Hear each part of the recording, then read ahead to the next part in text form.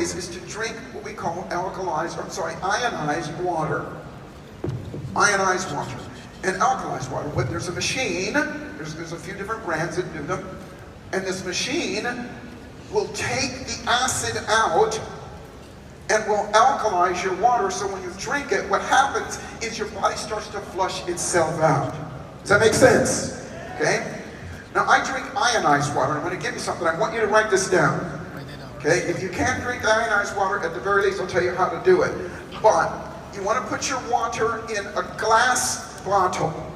You can go on Amazon or whatever and get glass containers. And the reason why, even though they will say that these containers are BPA safe, they're still leaching plastic. And if you've been watching the news lately, there's so much plastic, and there's microplastics in our water right now.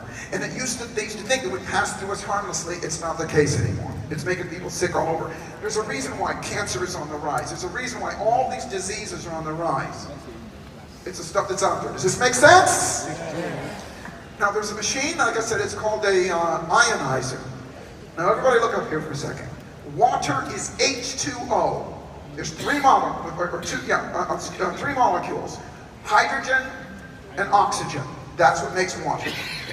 Those three molecules are the exact size to fit through the pores, the holes in your cells and in your skin so that it can absorb it. Does that make sense? Anything bigger, it's not going to go in, it's going to bounce off.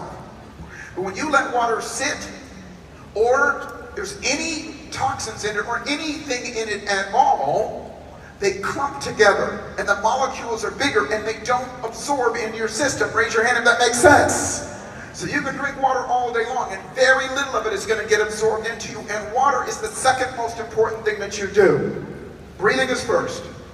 And so you want to get, at the very least, get a glass container, and before you drink your water, shake it up, because that breaks it up as well.